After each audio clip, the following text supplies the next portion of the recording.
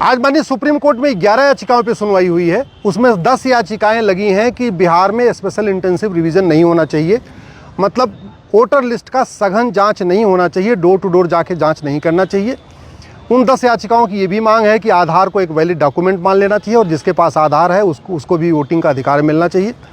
हमने इसका विरोध किया है और हमारा ये कहना है कि आधार को डॉक्यूमेंट मान के वोटिंग का अधिकार नहीं देना चाहिए, आधार के बेस पे वोटिंग का अधिकार नहीं मिलना चाहिए।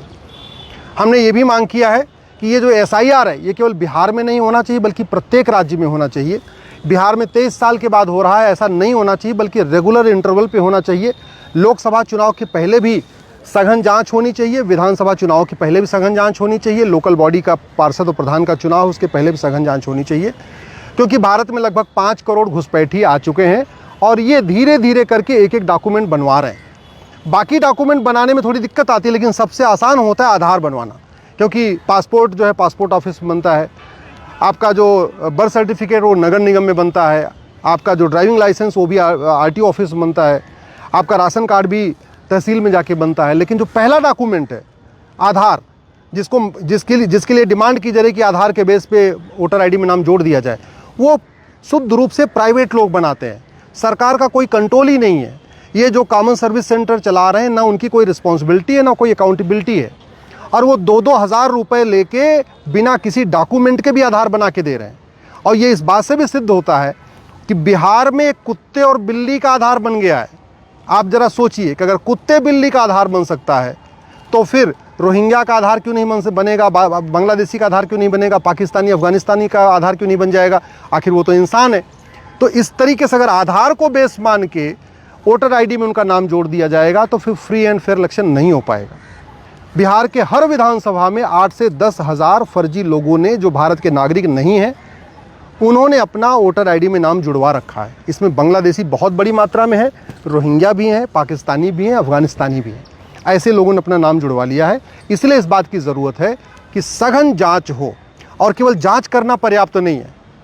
जिस तरीके से जिन लोगों ने कुत्ते बिल्ली का डॉक्यूमेंट बनाया है, या जो लोग अफगानिस्तानी, पाकिस्तानी, रोहिंग्या, बांग्लादेशियों का आधार बना रहे हैं, राशन कार्ड बना रहे हैं 2-2 हज़ार रुपये लेके, ऐसे लोगों को पकड़ के जेल में डालना ज़रूरी है।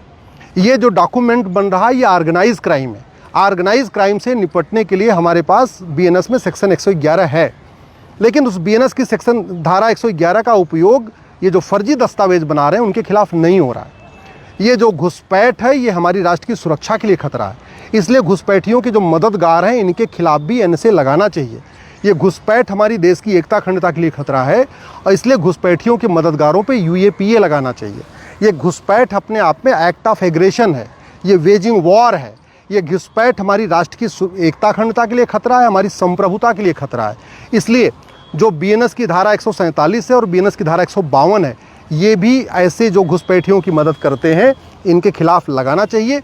बिहार में बहुत बड़ी संख्या में कुछ पॉलिटिकल पार्टियों ने वोट बैंक को मजबूत करने के लिए, वोट लेने की खातिर घुसपैठियों का आधार भी बनवाया है, राशन कार्ड भी बनवाया है, बाकी दस्तावेज भी बनाए हैं। इसलिए हमने अपनी PIL में मांग किया है कि सभी राज्य सरकारें, जो लोग जिनका दस्तावेज फर्जी है, जिसको इलेक्शन कमीशन डिक्लेयर कर दे ये फर्जी दस्तावेज है, उसको ऐसे नहीं छोड़ना चाहिए बल्कि उनके खिलाफ FIR करके उनको जेल में डालना चाहिए। अगली सुनवाई फिर होगी, कल होगी, और मैं आज मांग की गई थी कि नहीं, जो SIR चल रहा है इसको रोक लगा दिया जाए। माननीय सुप्रीम कोर्ट ने उस पर रोक लगाने से इनकार कर दिया है। फिर मांग किया गया कि जो अब तक ड्राफ्ट बना है उसको ड्राफ्ट को पब्लिश करने से रोक लगा दिया जाए। माननीय सुप्रीम कोर्ट ने उस पर भी रोक लगाने से इनकार कर दिया है। तो जो इलेक्शन कमीशन का काम है एज इट इज चलता रहेगा, उस पर माननीय सुप्रीम कोर्ट ने कोई रोक नहीं लगाई है और फिर अगली सुनवाई इसके ऊपर कल होगी।